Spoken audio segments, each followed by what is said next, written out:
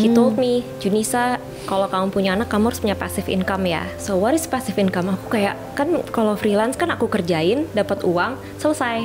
Kalau passive income kan income streamnya datang mulu ya. So ya udah, aku decided untuk coba deh bikin buku sendiri. Siapa tahu dari royalty base, semuanya bisa selalu datang per 6 bulan.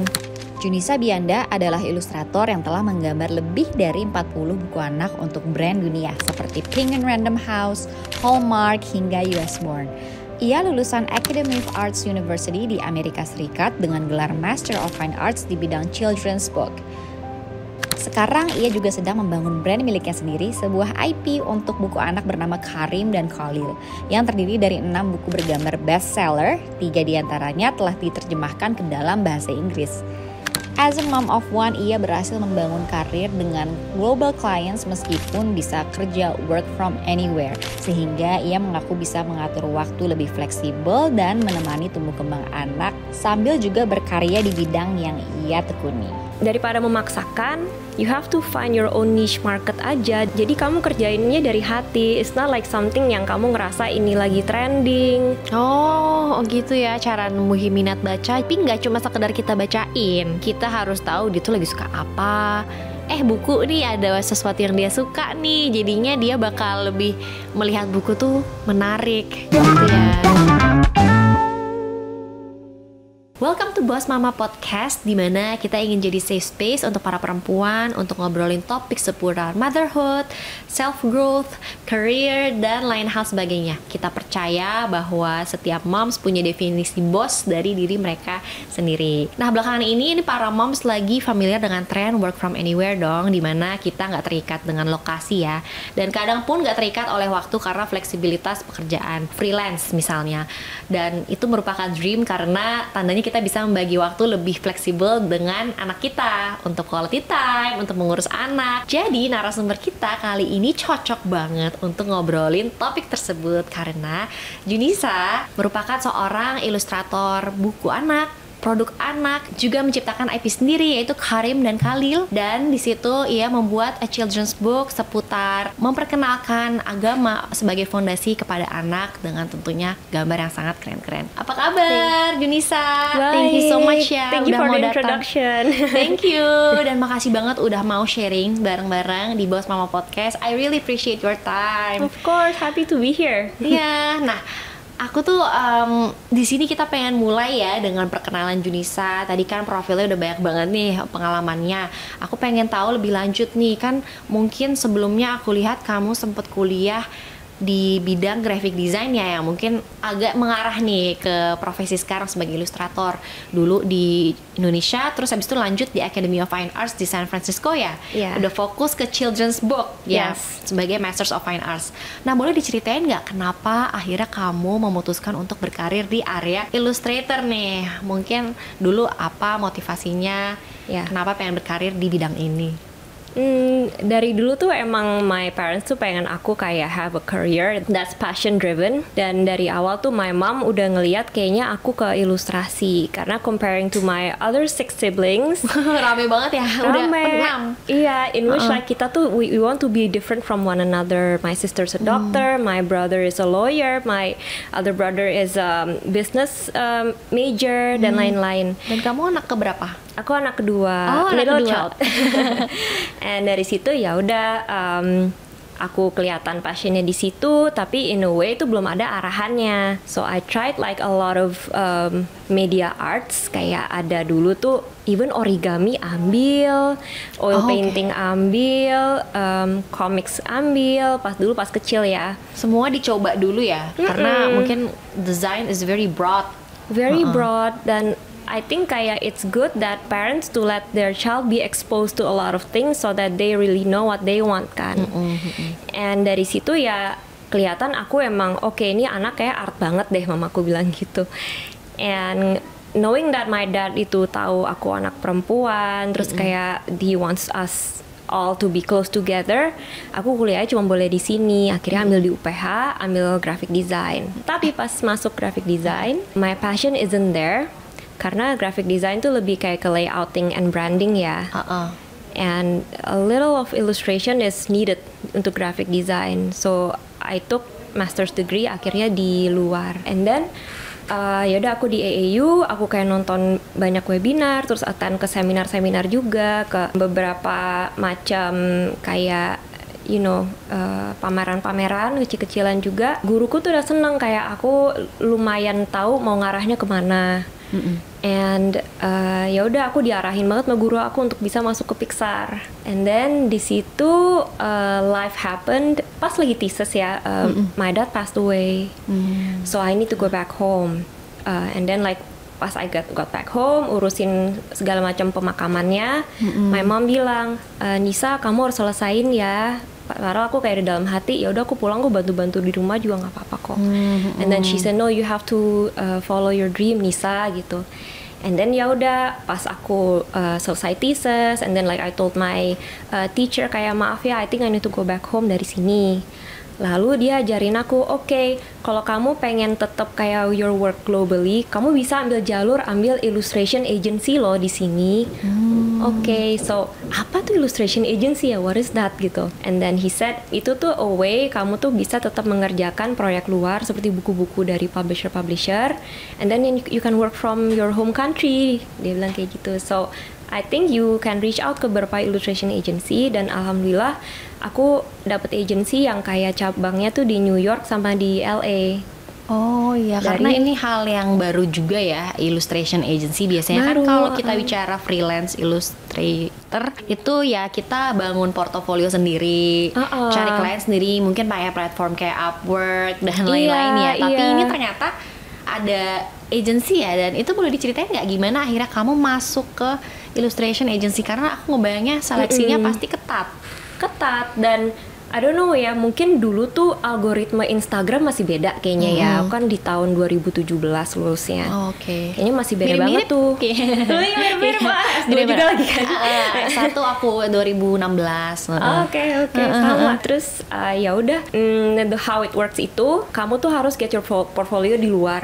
Dan I think karena algoritma Instagram masih berbeda di saat itu, aku tuh kalau ngepost banyak di social media aku tuh bisa dilihat, nggak kayak tergantung kayak likes-nya berapa, jumlah share-nya berapa, apa-apa masih tergantung kayak jam kan, kayak jam segini ngepost orang-orang lagi rame dilihat. Nah di situ hours langsung udah ngaruh banget ya. Iya, dan kayak aku coba ngesamain jam, Indonesia juga banyak yang view, di US juga banyak yang view, dan untungnya di situ tuh aku dapat satu agency dimana kayak sampai sekarang aku masih sama agency ini yang tertarik, and then ya udah hire aku di situ sampai sekarang ini. Oke, jadi itu kamu ngedapetinnya sendiri atau jalurnya lewat kenalan di sekolah kamu atau gimana? Sendiri sih. Oh sendiri malah ya, jadi waktu itu guru kamu arahkan, ini bisa nih join ke agency illustration, lalu kamu cari sendiri independently, dan kayak emang harus get your portfolio out there sih, karena untuk kayak reach out ke agency tuh I think ada plus minusnya, karena agency bisa lihat kayak yang mau tuh siapa gitu. Takutnya kayak aku dapat kayak percentage-nya lebih dibesarin, dipotongnya atau apa-apa. Dan agency itu juga beda-beda, kayak dia nge-hire illustrator yang style-nya tuh sesuai dengan selera mereka, dan you have to really know yang mau masuk yang mana sih. Berarti waktu itu kan akhirnya dapet nih ke agency itu, apakah setelah beberapa proses apply ke different agency atau gimana tuh? Dan yang aku tangkap adalah kita berarti harus masukin portofolio ya, secara aktif kita gunain sosial media, apalagi zaman sekarang ya. Tapi waktu itu kamu masukin kerjaan apa nih? Kan mungkin masih awal-awal merintis juga nih. Apakah kamu membuat dummy project atau kerjaan saat kuliah? Gimana tuh, boleh diceritain nggak, mungkin untuk yang pengen ngebangun karir atau portofolio online-nya juga nih tapi belum banyak pengalaman? You're exactly right, kayak you have to make a lot of dummy projects. Tapi dummy projects-nya itu jangan sampai kayak ngebedain style kamu satu sama lain. So if you want like a client to hire you, they have to know kamu tuh orangnya consistent. Jadi misalkan konsisten tuh dalam arti apa nih? Mungkin kayak mengarah target market kamu siapa. Kalau misalkan ke anak-anak, ilustrasi harus kayak anak-anak, nggak bisa ilustrasi tiba-tiba ilustrasi untuk kedokteran atau ilustrasi untuk fashion, itu nggak masuk. So consistency in your portfolio itu benar-benar penting banget, dan I think agency tuh very appreciate kalau kamu tuh udah kental kayak where do you want to put yourself in the market, dan kayak gimana kayak semuanya itu bisa dibilang oke, kalau kliennya hire aku, mereka gonna get ini, bukan kayak gonna get something else. So consistency is the key, and juga kayak ngasih beberapa option kayak tipe-tipe kerjaan apa yang kamu bisa lakuin, karena dunia anak tuh is quite big kan. Ada yang kayak ke branding, ada yang ke books, ada yang ke board games, puzzles, Oh iya, banyak juga toys. ya. Sekarang kalau dipikir-pikir bener juga ya. Peluangnya banyak banget, nggak cuma Apparel children juga book. bisa. And then like banyak teman-teman aku yang kolaborasi sama produk-produk brand kayak let's say tisu basah apa-apa. So it's quite large sih. Itu kan kegalauan setiap ilustrator atau desainer itu menentukan arah dong. Karena Iya. kita kan galau tadi aja, kamu sempet galau pengen animasi, kemudian gak jadi deh. Terus akhirnya memutuskan untuk children's book. Nah, boleh diceritain nggak proses eksplorasi kamu hingga akhirnya oke nih aku pengen ngedalemin banget di children's book. Itu gimana nih supaya ngebantu para moms mungkin yang juga galau nentuin style? Mungkin tuh harus tahu kayak what's your end goal sih, what's your end mind, apa yang kayak kamu suka. Itu tuh sebenarnya nggak bisa tahu di awal, tuh harus kayak kamu melalui banyak eksperimen untuk kayak mengetahui what's my voice gitu. Ujung-ujungnya aku ke children karena udah ambil-ambil yang lain juga. Karena aku udah nyobain graphic design, udah nyobain animasi, udah nyobain comics juga udah. And I think untuk bisa kayak menentukan your specialization apa, is better to do a generalization dulu. So you take many like skills digabungin, and banyak yang ngomong ke aku, kok Kak Junisa udah ada stylenya sih, style gambarnya is very unique to you. It's actually a combination of the things yang aku udah pernah alamin. And itu satu.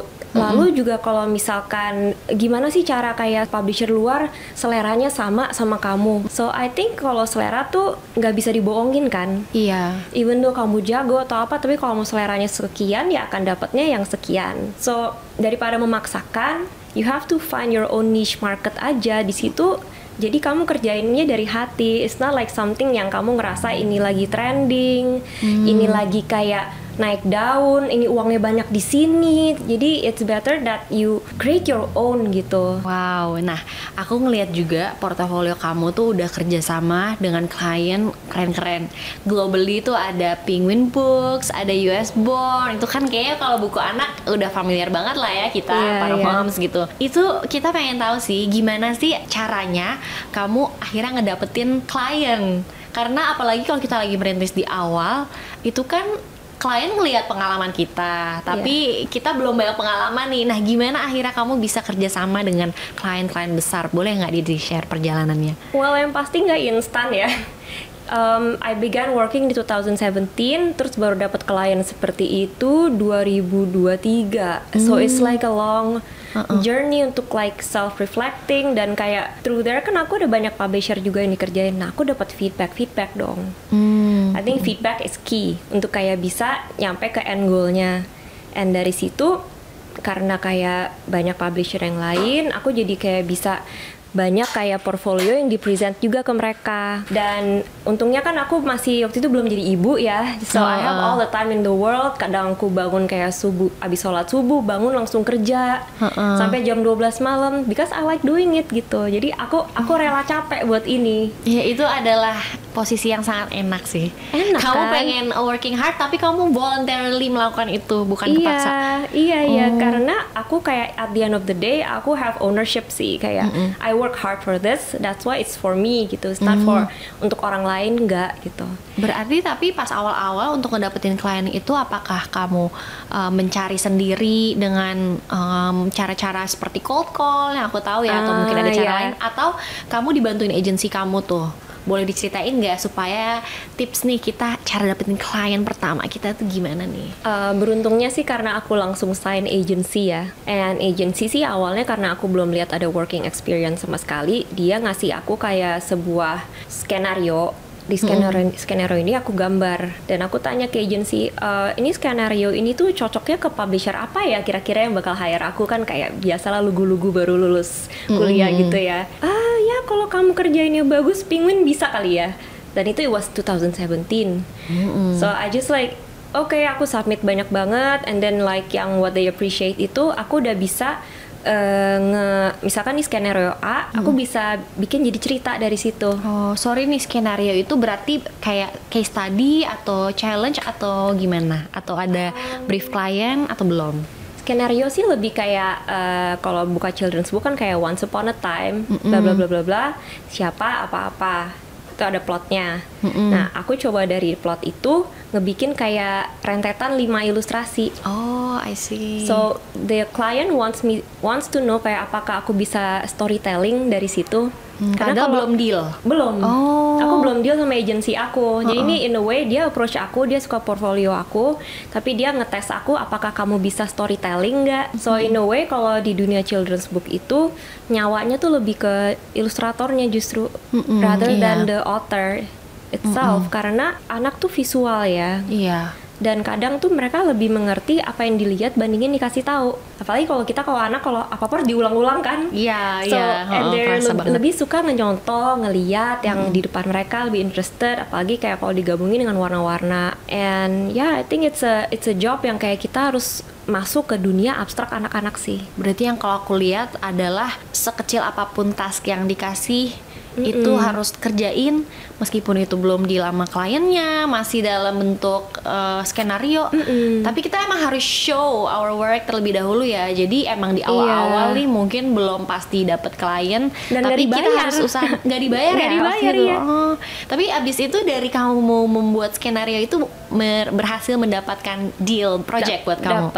Dapat. Nah, it's worth it in the end ya. But it's like a back and forth process juga. So you have to able to accept feedback. Kan kadang kayak kalau accept feedback banyak ilustrator yang idealis kan. Jadi kayak I cannot, this is not me, bla bla bla. But like you have to take it in karena mereka ya publishernya udah berpuluh-puluhan tahun ya, mereka that's their image gitu. Jadi you have to like berarti satu sesuai. license-nya itu open untuk feedback yang meskipun kita punya style sendiri, apalagi desain ya gitu, Iya. kita harus bisa menyerap dan nge-improve dari situ ya. Karena justru yang dilihat kadang nggak cuma kerjaan outputnya aja ya, tapi juga cara kita kerja, komunikasi, attitude-nya juga nggak sih dalam bekerja freelance? Bener-bener, dan kayak ini kan hitungannya time difference ya. Kalau di US kan kadang itu jam kamu udah berapa. di Jakarta ya posisinya. Akhirnya kan aku balik kan. Dan pas balik aku ya udah dapet deal sama agensinya, udah oke, udah done deal. And then like the first couple of work that I got tuh, aduh kacau banget ya time difference kan. Apalagi kayak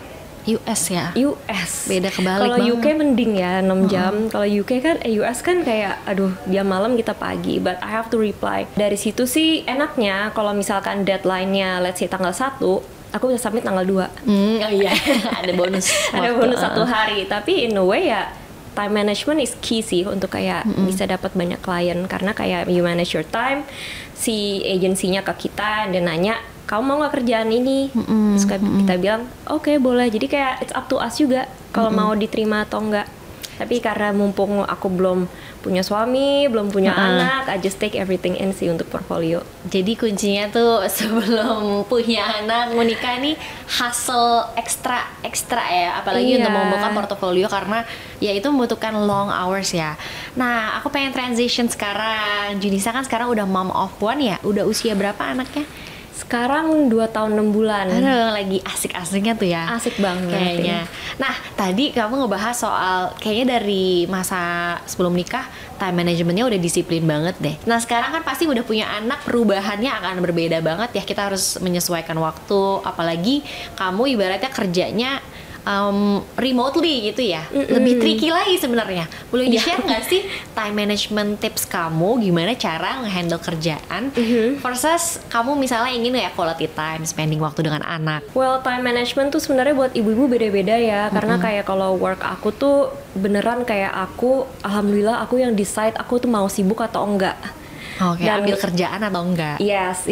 Dan I don't know why kalau punya anak tuh malah jadi kayak pengen kerja lebih banyak. Itu is it like a thing? I'm not sure. Kadang ngerasa pengen nyontohin Iya, ini iya. karyaku loh nak, atau Iya, gimana ya? in a way ya. Atau pengen lebih ke, kita kan udah sibuk ngurus anak, kita pengen lebih memberdayakan diri lagi sama hal. Aku nggak tahu deh kalau kamu gimana. Gitu sih, dan Gitu juga kayaknya. kayak nggak tahu kenapa kayak the reward I get tuh aku bisa beliin sesuatu buat anak aku. Oh iya betul, itu juga Lebih ke situ ya. lebih willing akhirnya sekarang buat spending untuk Iya. anak loh aku. Iya, jadi I think the first thing harus punya lingkungan yang safe sih untuk anak, karena kalau misalkan kerja terus anaknya itu nggak ada yang jaga atau anaknya kayak felt lonely, kita jadi nggak maksimal. Dan giliran sama anak kita malah mikirin kerjaan, jadi kayak both ends tuh nggak ada yang maksimal. And I think kayak itu kalau misalkan udah got down, ngatur waktu udah lebih gampang sih, karena aku alhamdulillah ada helper, jadi kayak dia kalau aku kerja aku tentuin jam sekian sama aku, habis itu jam sekian main sama helper, jam sekian sama aku lagi, terus sama helper lagi, jadi kayak udah ada sistemnya. And I think through time it gets harder karena anak udah ngerti kita lagi di mana, misal kita lagi di ruangan sini nih, Iya, mama lagi kerja nih. mama ngetok kan, jadi itu baru ngerasain dia 2 tahun ke atas, karena dia udah mulai ngerti konsep kayak mamaku di rumah juga gitu, jadi kayak dia langsung nyari. Itu challenges of working at home juga ya. Challenges, dan yang tadinya aku time managementnya udah got it down, Udah ada jadwal. malah jadi kayak tiba-tiba ada iklan anak aku nih masuk Iklan. Terus gimana tuh cara overcome-nya? Kayaknya ini aku harus belajar. susah sih ya anak, soalnya kan kadang ada yang tantrum banget, ada yang kayak nangis, ada yang kayak malah shutting down juga ada. So I think lebih ngelihat ke anaknya kayak gimana. Tapi what works untuk anak aku sih, karena ini emang jamnya kerja aku kayak coba kasih dia mainan yang dia benar-benar suka kayaknya ya, Supaya sibuk ya. supaya sibuk. Tapi juga ngelihat kondisi anaknya ya, ini emang bener-bener lagi pengen banget sama kita, Iya. atau masih bisa nih dikasih mainan. Jadi Iya. mikir ekstra lagi kita. Iya makanya, tapi untungnya kan anakku udah sekolah ya, dari 2 tahun udah sekolah. Oh oke. Jadi it Extra helps. time. Jadi pas dia sekolah dari jam 8 sampai jam 11, aku tuh harus delegate myself, bener-bener fokus banget ke kerjaan aku. So I drop her to school, aku ngopi, melipir di mana, kerja gitu dari situ 8 to 11. And then when got home, she has a nap, aku kerja lagi. Nah dari situ deh dari jam 2 deh, habis itu dia main sama helper aku, terus jam 5 aku pegang dia sampai malam. Jadi tuh akhirnya kita membuat jadwal yang revolving dari jadwal anak juga. Emang kita yang nyesuaiin justru. Dan kayaknya setiap fase berbeda ya. Tadi Beda. Junisa bilang udah mulai sekolah, udah ada bonus nih jam 8 sampai jam 11 gitu ya. Tapi karena udah ada safe space buat anak kita, jadi kita tuh ngerasa kayak oke, anak kita di situ belajar, banyak teman, makin pintar. Oke. Kalau ada mindset kayak gitu kok jadi nggak kepikiran. iya. Nah aku jadi pengen tanya, kalau misalnya kita tuh common mistakes yang tadi kamu bilang kan, lagi sama anak kepikiran kerjaan, tapi pas kita lagi kerja kepikiran anak. Berarti jawabannya adalah dengan membuat emang safe space yang harus kita explore tadi ya. Iya, safe space. Jadi kan kita nomor 1 tuh harus kayak ada yang menjaga the person that we really love kan. Dan buat apa kita kerja if the person we really love tuh ya nggak happy? It's for Iya. what, right? Ngejar mimpi sih banyak kok sukses, tadi kayak orang sukses di atas 50-60 tahun ada, tapi kan raising a child cuma bisa sekali kan. Dia cuma kecil sekali. Kecil sekali, dan dari 0 sampai 5 tuh perkembangan otak kan lagi pesat-pesatnya ya. And imagine like you're feeling that with trauma, feeling that with like konten yang gak beredukasi. Jadi karena kayak dia udah sekolah, aku jadi ngerasa oke, dia belajar, oke, aku do my part gitu. Berarti kita as mom juga harus benar-benar thoughtful. Ini kegiatan apa ya yang seenggaknya bikin kita tenang, dan mungkin itu akan trial error sampai Iya, akhirnya kita banget. menemukan ini nih aku benar-benar tenang nih. Nah aku jadi pengen nanya nih, kalau misalnya sekarang kan kamu nggak hanya berkarir as a freelance illustrator, tapi kamu juga udah mulai membangun IP sendiri ya. Iya. Iya, IP Children's Book yang juga fokus mengedukasi Iya. anak-anak tentang agama ya. Tentang Namanya agama, Karim dan Karim Khalil. and Khalil. Ini aku pengen kasih lihat bukunya, lucu banget. Jadi ini misalnya mengenal untuk mencintai hewan-hewan dalam Al-Quran, terus dan Peci yang peci yang hilang. hilang. Aduh, gemes banget. Ini sangat heartwarming banget Hati judulnya. yang bersyukur. Dan hati yang bersyukur. Jadi kan kayak gimana ya? Dari judulnya aja udah, wah ini ngajarin values buat anak tapi lewat cara buku cerita ya. Yes. Dan aku penasaran nih jadinya, kenapa sih kamu akhirnya ingin membangun IP sendiri? Karena kan of course freelance kita udah taking risk. Yes. Tapi membangun IP itu lebih kayak kita putting more risk juga kan, Yeah. apakah ini akan works atau enggak. Yeah. Nah, boleh diceritain nggak? Because I have a support system, my husband, kan dia he's a banker. He told me, Junisa, kalau kamu punya anak, kamu harus punya passive income ya. So what is passive income? Aku kayak, kan kalau freelance kan aku kerjain, dapat uang, selesai. Kalau passive income kan income streamnya datang mulu ya, kayak per 6 bulan. So ya udah, aku decided untuk coba deh bikin buku sendiri. Siapa tahu dari royalty base, semuanya bisa selalu datang per 6 bulan. Tapi untuk menentukan apa topiknya, it's another journey itself. Semenjak papaku passed away, di situ aku learn that hidup tuh nggak sementara. Kayak gimana sih? Aku tuh ngerasa kayak semua tuh udah diatur, semua itu based on love. Kayak even though something is taken from me, it's actually based on love and blah blah blah. It's kind of hard to digest, tapi kayak sebenarnya itu yang terbaik kan. So ya udah, what is my purpose? Apa aku cuman gambar-gambar aja nyenengin klien and then selesai? So I was kind of finding my purpose, dan knowing that I think anak tuh harus getting older tuh dengan basis yang mereka percaya mereka tuh dicintai gitu. I hope that itu tuh ngebikin anaknya bisa lebih independent, critical thinking, dan I think kayak kalau mereka punya base kayak mereka tuh get Allah's love unconditionally, hopefully kedepannya mereka punya bekal itu gitu. Jadi di awalnya itu ada buku, I'm sorry, mungkin this is the first one, Mencari Allah. Di sini tuh mau ngejelasin Allah itu selalu ada buat kita, dan kita tuh selama ini selalu disupport karena Allah tuh ada di mana-mana. Nanti pasti nanti akan nanya deh kalau udah mulai ini agama, Allah di mana sih segala macam. Biasanya tuh mulai umur berapa ya? Mulai cerewet kapan ya? Kayaknya 1,5 tahun kayak udah mulai nanya-nanya. Dan kayak I think nih dikenalinnya dengan banyak binatang-binatang juga, and hopefully anak jadi kayak lebih tertarik. Terus the second book itu pas pandemi 2021, and it's this one. Yang mana nih? Oke. Untuk ngajarin anak-anak percaya aja apa yang dikasih tuh yang terbaik. Jadi pas pandemi kan orang-orang udah nggak ke theme park, nggak ke play park, dan semua indoors. Nah, I hope that dengan aku bikin buku bertema theme park ini, dia bisa inget-inget kayak masa liburan dan lain-lain. Iya. Jadi ini berarti kamu juga merancang ceritanya atau merancang cerita? Aku nulis juga. Karena Tapi biasanya kan author dan ilustrator, di sini kamu put two hats ya. Ini aku put two hats, dan karena ini mimpinya aku sih untuk punya buku ini untuk anak aku. Oh ya, semua akhirnya tuh untuk anak. Memotivasi kerja, bikin kita inspired juga ya, pengen bikin sesuatu untuk mereka. Iya. Dan tadi aku sangat suka sih idenya bahwa mereka harus merasa dicintai ya. Seorang anak harus merasa dicintai supaya fondasinya bagus nih ke depannya, dan mereka lebih resilient ya, kan ada risetnya juga. Tapi ya selain cinta dari orang tua, dicintai dari sisi agama ya, tentunya dari Allah Subhanahu wa taala ya. Jadi I think it's very inspiring ya untuk para muslim. Iya, and I think the last one ini nih baru aja rilis. Mungkin kamu bisa baca ini, Ibu dan Cinta Allah. So this is Allah's love through mom's love ke anaknya. Dari mana, and semuanya ini tuh perjalanan hidup aku sih, karena kayak kalau yang bersyukur, kalau yang bersyukur nih setelah pandemi selesai, hatinya bersyukur. Dan di sini ngejelasin simple pleasures are the most important. Kayak let's say you have eyes to see, ears to hear, dan everything that is given is actually like it's big gitu.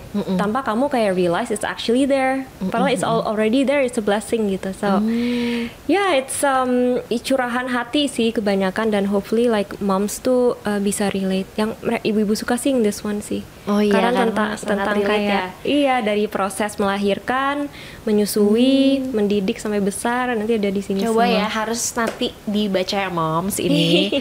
Buku-bukunya nggak hanya ilustrasinya sangat gemes, tapi kayak ini story-nya harus banget deh diikutin. Thank you banget for sharing, Junisa. Nah, aku tapi pengen tanya juga sih, aku kan sekarang anaknya tuh 1 tahun. Nah, pas bayi pengalamannya kan kadang kalau ngelihat saklek rekomendasi umur yang dibaca sama anak kan board books deh, atau yang bisa pegang-pegang sensori. Tapi at the same time kadang kayaknya board books oke lah dari segi bahan dia jadi nggak robek-robek. Tapi kadang ada yang bilang juga nggak apa-apa dia diperkenalkan buku-buku untuk umur yang lebih besar supaya mungkin visualnya lebih bervariasi atau gimana. Nah, kamu kan sebagai children's book author nih, udah tahu ya kira-kira gimana sih biasanya kita baiknya memperkenalkan buku ke anak supaya mereka tuh seneng bacanya, punya minat baca dari kecil. Karena kadang apalagi yang suka dikeluhkan sama moms tuh, anakku nggak fokus nih kalau baca buku. Gimana sih? Sebenarnya kayak dari ibu harus sabar sih, karena everything is trial and error.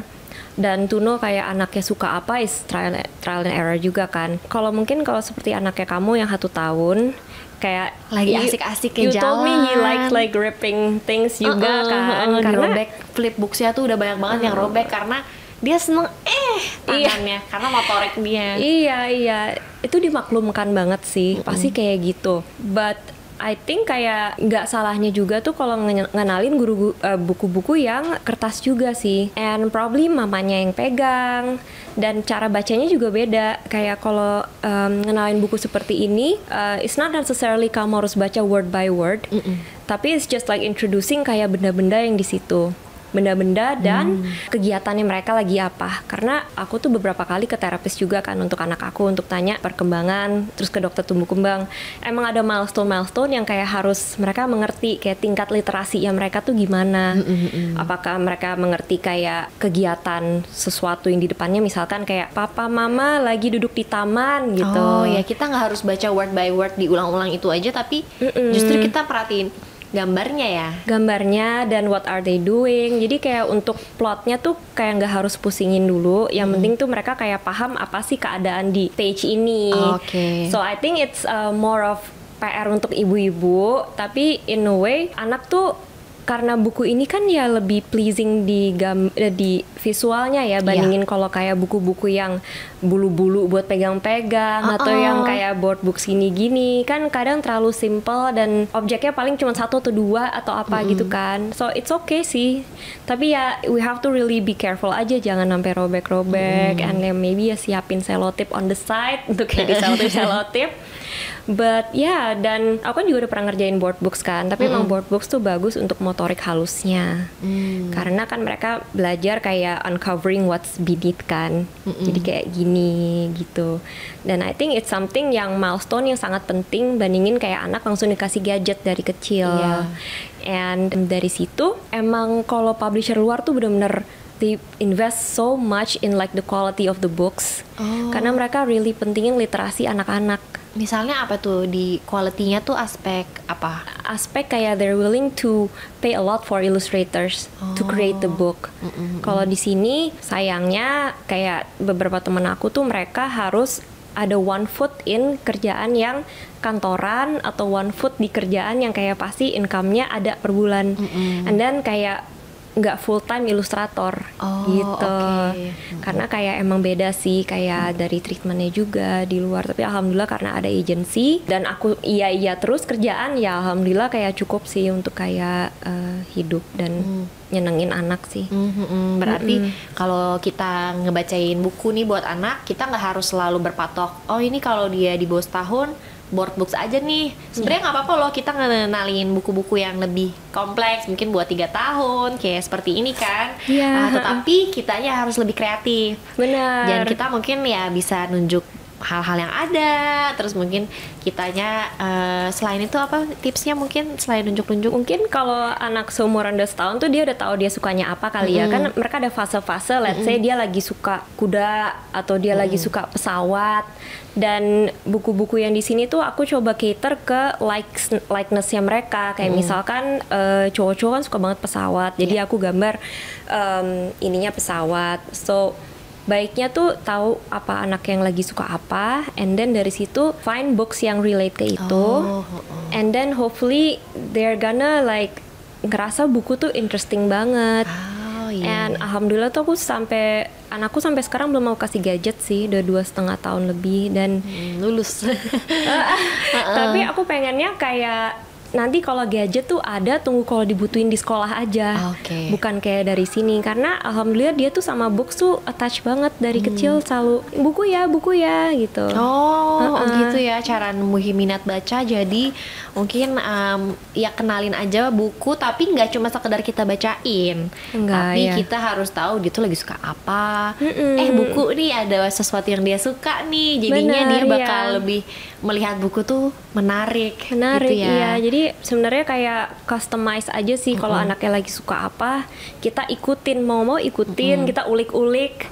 And then probably like oke, habis baca buku kita main ya, mainan. Jadi baca buku sambil bawa mainan. Oke, oh iya itu juga ya, main buku, misalnya buku tentang ini ada airplane, bawa toys airplane. Jadi it's a combination sih. Dan banyak kayak kalau buku-buku luaran tuh mereka kayak beli paket ada mainannya juga. Oh gitu. I think itu udah ada studinya ya. Kayak kalau misalkan mereka ngemegang sesuatu yang solid juga, mereka kayak bakal ngerasa lebih masuk ke ceritanya gitu loh. Oh oke. Jadi ini tips ya untuk membantu minat baca anak yang kadang kita, aduh nih anaknya kok nggak fokus sih. Mungkin coba kita take a step back. Kita harus kreatif ya, strategize gimana ya cara-caranya. Dan tadi menurut aku udah banyak ideas yang aku pun mau coba implement tuh beberapa. Iya, hopefully it works ya. Thank you Junisa. Dan aku pengen nanya nih, tadi kan dari awal kamu cerita, kayaknya kalau aku lihat dari kamu tuh sangat work hard ya orangnya. Kayak ada challenge buat ngebangun karir kamu, ayo kita gas. Sebelum nikah ayo gas. Terus setelah punya anak pun tetap berkarya, malah pengen lebih lagi. Nah, pernah gak sih ngerasain burnout? Dan Pasti. gimana cara kamu overcome it? Burnout sih pasti ya, dan in a way kalau burnout tuh kadang kita nggak punya kayak source untuk kayak ngilangin burnout itu. Kadang-kadang misalkan kayak pas lagi burnout tiba-tiba anak sakit, mau gimana? Itu burnoutnya 2 kali. Jadi kayak kan anak kan kalau di atas 1 tahun tuh sering banget lo sakit ya, Malah makin sering ya, makin sering apalagi udah sekolah. karena udah terpapar dunia luar ya. Iya, harus siap-siap terus bawa ke dokter. So kadang kalau misalkan hal itu ya nomor 1 tuh support system. Jadi kayak mau nggak mau direm dulu, kayak kamu pengen healing atau apa direm dulu.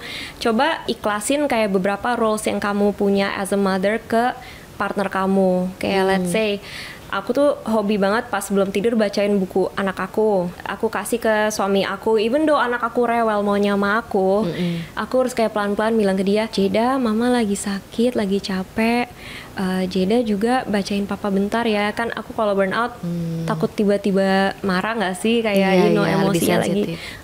So ikhlas delegate itu ke partner kamu atau kayak orang yang kamu percaya. Kalau misalkan udah lagi burnout terus ada opportunity untuk kayak bisa healing atau apa ya, probably pasti aku ngikutin kayak kemampuan Jeda mau aku bawa kemana, kemampuan anak aku, kayak let's say ke taman, and then di situ I just ordered like something yang enak kayak pizza atau apa, terus saya makan sambil di taman. I think like simple things kayak gitu it kind of fills me sih, nggak harus kayak do something extravaganza atau apa sih, nggak, karena at the end of the day kalau kayak malah ngikutin mau aku terus anak aku kenapa kan malah jadi double burnoutnya.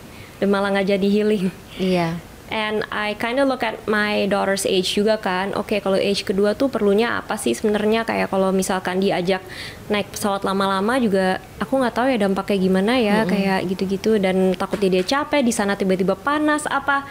So probably just like the necessary things, dan ajak kayak yang ke deket-deket aja, kayak maybe to the zoo apa-apa. Dan mom saya kan juga kayak kalau ngeliatnya happy, aku nggak tahu, aku jadi ke-heal loh burnoutnya aku. Kalau ngeliat anak kayak senyum happy-happy, iya, benar gitu-gitu. sih. Ternyata itu obat baru ya. Obat buat kita. baru. Jadi kayak it's not like a personal fulfillment, malah kayak ngelihat anak happy malah jadi kayak hilang. Nggak tahu sih itu kalau aku ya. I don't know. Aku juga iya sih, kayak aku benar, bucin banget deh sama anak aku. Dan pasti banyak moms di sini yang ngerasa relate lah ya. Dan I think itu sih simple things sih seharusnya aku sih ya, bukan yang kayak mau ngapa-ngapain perlu burnout, nggak harus holiday, nggak harus apa. It's just like kadang tuh bilang ke suami aku, can you just go somewhere and take our daughter. Aku di rumah mau diem aja di rumah. Aku mau di rumah, aku nggak mau ada tanggung jawab apa-apa di rumah. Yang penting berarti kuncinya Diem komunikasi sih. dan kalau emang burnout jangan sungkan untuk minta tolong ya. Benar. And like just let down your pride, terus kasih tahu ke suami aku capek, and ya udah kayak just like be at home, terus kayak nonton apa gitu, it's like actually healing sih. Nggak harus gimana-gimana. Iya, ini harus dicatat ya. Dan tadi nih aku juga pengen tanyain. Mungkin tadi kita bicara lebih banyak pengalaman Junisa tentang kolaborasi dengan Children's Book Global. Tapi aku lihat sekarang banyak juga portofolionya tuh di perusahaan-perusahaan besar lokal, mulai dari Unilever. Banyak deh aku lihat kemarin juga dari brand skincare. Pokoknya lokal. Nah, boleh nggak sih nih sekalian nih sebagai tips buat moms yang tengah freelance, gimana kamu akhirnya membangun banyak clients, mendapatkan banyak clients, dan itu apakah kamu cara-cara strategi apa yang kamu lakukan nih? Mungkin kalau mau dapat klien yang kayak sesuai dengan yang apa yang kamu suka ya, you have to learn how to self brand. Self branding kamu tuh gimana? Kalau aku sih yang jelas ya anak-anak ya. Jadi walaupun kayak specialize di children's book, kadang tuh kalau aku pernah dapat kayak klien tuh si Pertamedika, rumah sakit di Makassar. Rumah sakit ya? Rumah sakit ya, and they want me to do a wall sticker. Dan untuk kayak bagian anak-anaknya. So, temanya kan laut kan, terus aku bikinin maskotnya gitu-gitu. So because kayak udah kental banget aku tuh audience ya anak-anak, jadi kayak it's not like only for books, malah kayak kemana-mana, kayak even ke skincare kan, it's for adults kan, bukan buat anak-anak. Dan maybe kayak the ownernya tuh punya kayak a vision of herself, jadi kayak something unique ya. And then dari situ aku juga dapat income stream dari kayak ngajar digital art. Itu kamu bikin kelas webinar atau offline juga? Recently aku kerja sama pernah dengar Bartega nggak? Bartega sama aku pernah ikut painting kelasnya. Iya, sama Digimap. Jadi kayak sekaligus mempromosikan produk mereka. Aku bantu kayak malah banyak new moms di situ. They're trying to find work dari kayak kerjaan art juga. Gaining skills ya. Gaining skills, so it's a fulfillment for me juga sih, kayak ngelihat orang yang sama pengen berusaha. Karena kan kayak kalau pengen di rumah sama anak kan you have to find like new jobs dibandingin kayak office kan. So maybe they thought kalau jadi artis tuh mungkin bisa. So aku kasih tips and tricks juga di situ. And alhamdulillah kemarin datang kayak 50 orang. 50 lebih, ada beberapa persennya ibu-ibu. So it's so sweet ya, kayak orang-orang tuh kayak mulai terbuka gitu, kayak kalau freelance tuh ada aja gitu kayak kerjaannya, terus kayak mereka juga belajar hal-hal baru. And like dari situ aku coba dapat income stream macam-macam sih. Kan aku udah self branding, children's illustrator. Nah, income streamnya aku coba macam-macam. Ada yang dari branding anak-anak, dari ngajar-ngajar kelas, terus ikut-ikut kayak talks kayak gini, and maybe kayak kemarin tuh juga ada art community, terus kayak mereka ngundang beberapa speaker untuk speak their journey juga. It's kind of like nggak hanya satu aja sih, jadi kayak branch out kalau di sini. Nah, kalau yang dari agensi luar ya hanya buku-buku aja, karena kontraknya hanya buku. Oke, dari sini pun kita jadi belajar ya, kalau mungkin opportunity-nya awal kita menyemplung nggak kepikiran ya, suatu saat bisa kerja sama rumah sakit bikin wall sticker. So I think it's very important for us to learn how to self brand. Aku ngelihat kamu juga aktif banget nge-share social media. Kalau ngelihat Instagramnya Junisa tuh bener-bener ini cantik banget ilustrasinya gitu. So penting banget kita utilize era sekarang yang udah kebantu banget dengan social media, konsisten juga ya. Dan tadi kamu mention harus benar-benar kelihatan style kita arahnya kemana. Jadi klien tuh tahu tuh expect apa kalau mereka hire sama kita. Iya, that's true. Iya. Nah, makasih banget Junisa. Ini a very insightful talk dan hopefully ini sangat membantu ya. Pasti membantu untuk para moms yang ingin memulai freelance. Jadi buat teman-teman yang mau ikut kelasnya nih lebih lanjut tuh bisa juga nih berguru langsung. Nah, terakhir nih, mungkin tadi kita bicara kamu sharing di kelas tuh ketemu ya sama para moms yang juga lagi gaining skill di arts. Nah, boleh nggak nih sebagai penutup, apa sih pesan yang ingin kamu sampaikan untuk para moms out there yang mungkin ingin membangun karirnya nih di freelance, baik itu sebagai ilustrator ataupun ya karirnya as freelance nih, apa yang pengen disampaikan? Oke, I think kalau jadi freelance tuh di awal emang harus put your foot somewhere dulu yang udah pasti dapat income streamnya udah pasti. Dari situ kamu usaha kayak build your portfolio, terus kayak make self project sendiri-sendiri, and then like networking, karena networking ternyata penting banget sih untuk dapetin klien. Dan juga self branding yang penting. Dan kalau bisa mungkin your social media itu udah jelas kayak kamu tuh ngarahnya mau kemana. Dulu aku pas sebelum children's book illustrator as a profession, aku bersihin Instagram aku. Oh ya.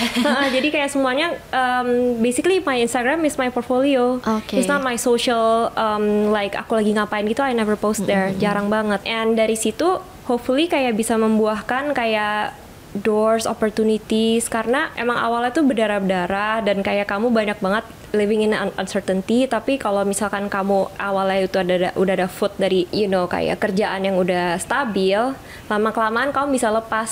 So itu cuman kamu yang tahu, dan hopefully kamu juga kayak dapat support system tuh penting banget, apalagi kalau suami ya. Dan kayak ya role sebagai ibu juga jangan sampai dikorbankan juga gitu. You have to really know your field gitu.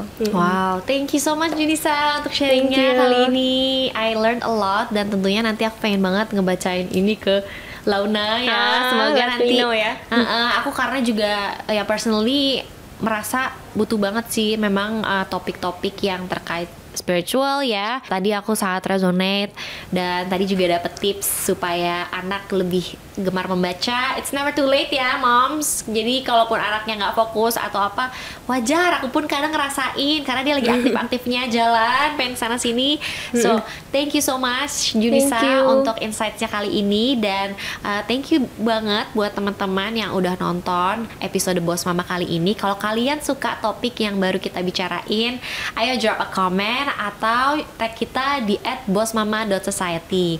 Jangan lupa follow juga Instagramnya Junisa di mana? Junisa Hardianto. Dan kalau untuk buku ini Karim Khalil Official. Check out bukunya juga bisa. Jadi di situ nanti kalian bisa explore lagi karyanya. So thank you so much teman-teman, and I hope this will be useful for you guys, and I'll see you on the next video. Bye.